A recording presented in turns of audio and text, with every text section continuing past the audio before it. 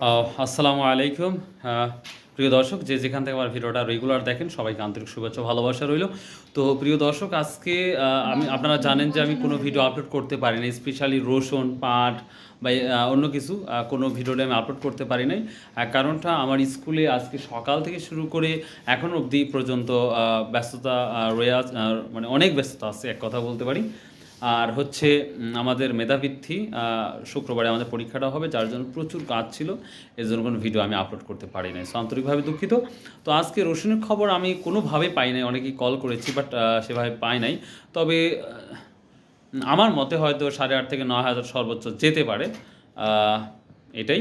আর আপনারা জানেন ধান সম্পর্কে কীভাবে বলবো, ধান এখন তো বলতে পারবো না, কারণ ধানের বাজার আর ছিল না, এক নম্বর। আর পাটটাও আমরা সেভাবে নাজিপুর বাজার বা অন্যান্য জায়গায় সেভাবে দেখি নাই।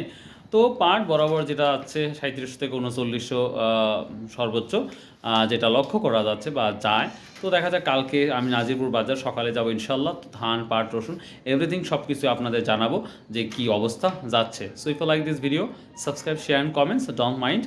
মনে কিছু করবেন না, কারণ হচ্ছে সত্যি গুরুত্ব ছিল যে দেবো, কিন্তু কোনোভাবে আমি কভার করতে পারি নাই, তো তার জন্য ভিডিওটা দিতে পারি নাই। সো বাই, আল্লাহ হাফেজ, আসসালামু আলাইকুম রহমতুল্লাহ।